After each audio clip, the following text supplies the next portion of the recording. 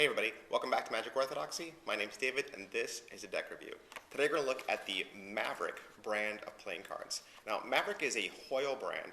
Hoyle is still released by the United States Playing Card Company, but the USPC still honors the original manufacturer, and so a lot of the Hoyle decks are still released under the Hoyle brand. Hoyle is named after the Englishman Edmund Hoyle. He lived in the 1600s, 1700s. He was a writer, a lawyer, but he's best known because he is one of those guys that people went to ask questions about the rules to games. He knew all kinds of games, whether it was card games or board games, chess, backgammon, whatever it was.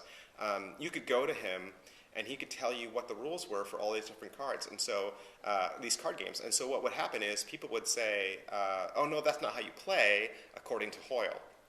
And so the Hoyle brand was kind of named after him, and the cards were printed by a company called Brown and Bigelow. They came out in 1896, and they were the first company to own the rights to the Hoyle brand. Of course, now as the company grew stronger and stronger, and as the United States Playing Card Company got bigger and bigger, of course, USPCC bought them out.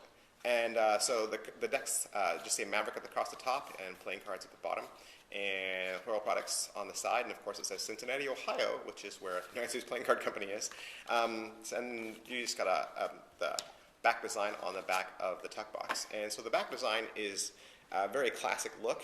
It's an outside frame with an inside frame, and just a bunch of kind of like trumpeting.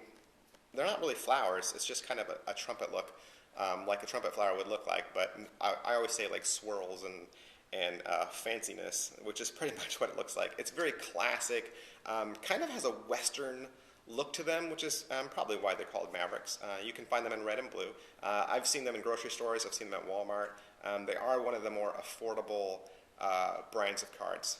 And so yeah, that's the back design. The pips are, I don't know how to describe it, they're kind of chunky looking. They're just really thick.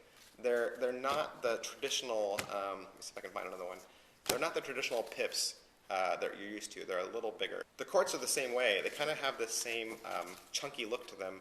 They're very simple, and a lot of the line detail is missing from them. The colors are very bold and very simple. There's only a couple of colors used in them, and they're not standard United States Playing Card Company quartz, and so there's kind of I've seen these more on Hoyle decks.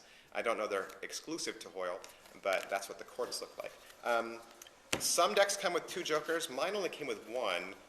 This joker just says Maverick across the center. I have seen other Maverick decks, however, that have a profile of a horse's head, and so it's possible that you can get the Maverick and the horse head as two jokers, so you might have different jokers than me.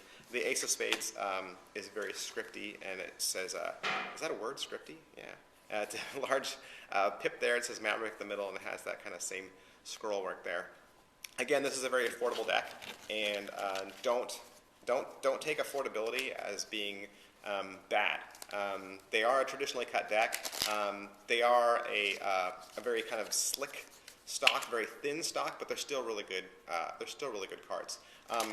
I would recommend these cards for practice. If you're practicing flourishing and practicing fans, even if you want to just practice simple things like if you're doing magic tricks where you have to tear cards or tear decks, the Maverick cards are probably good for that. If you want to wreck your good decks, try to get some of these affordable decks that you can find in the grocery store just to practice on. There are cheap ones out there that are bad, but you're not going to go wrong with the decks that are released from the United States Playing Card Company.